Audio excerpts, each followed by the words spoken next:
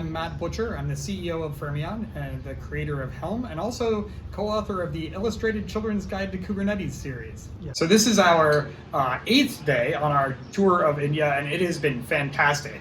I mean, all I really want to talk about is the food, right? Because the food has been phenomenal. But also, we visited Bangalore, we visited Hyderabad, then Pune, and then today Mumbai, and then tomorrow Thane.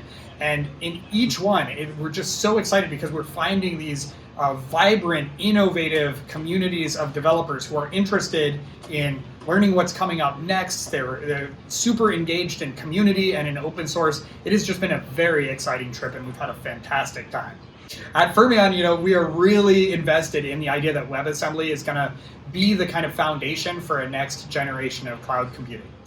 So we are really excited because we spent the first year really focusing on this developer story where we said, we just want to help developers get started with WebAssembly, to get from our core user story, to get from blinking cursor to a deployed application in 2 minutes or less. That we've kind of finished that part of the journey now. And so we're starting the next part, which is all about making it easy for developers to use key value storage style databases and then relational databases storage, and then on into everybody's favorite topic right now, right, which is artificial intelligence and large language models, which is a lot of the cutting edge work that we're doing. So that's a lot of the stuff that we're adding. The other big thing is that WebAssembly specifications are all moving along really fast right now.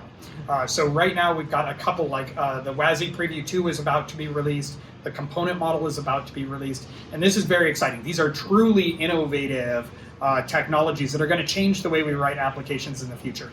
And I think the coolest thing about the WebAssembly ecosystem right now is that it still feels pretty small. I was around at the very first GopherCon. I was around at the very first KubeCon, and I've had these privileges in my career to get to be at the beginning of a couple of different big movements. Mm-hmm. And it's so exciting, and it's filled with uncertainty at the moment, right? But you're like, this is gonna be the next big thing. WebAssembly is still very much in that kind of early phase where you can really start participating and get to meet the people who created WebAssembly and get to participate in the standards that are going to change the way we develop it, and get work on in those open source projects that are really going to define what people can do from here on out. So I think it's a really exciting time for this technology. I mean, many of you know the story about Helm and how it started as a hackathon project.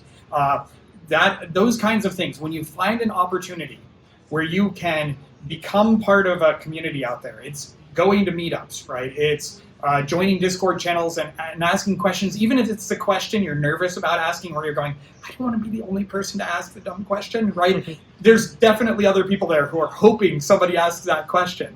But you get involved in these kinds of things, and it's a fantastic, maybe the best way to learn from some of these engineering minds in our industry who are just super experienced, super smart, super well-known. It's a great opportunity there. At Fermyon, we talk about how GitHub is the new resume, because honestly, when you contribute to an open source project, you're building relationships with the people that are involved in those projects, but you're also putting out there in public, look, I can write code, and here's the quality of my code, and here's how I write tests. Mm-hmm. And people look at that when they're hiring and say, oh, look at this person, they've already contributed to the project, or they contribute to this project over here. A lot of people that started out contributing to Kubernetes now can find jobs by saying, hey, we have contributed to Kubernetes. We're not just users, we're contributors.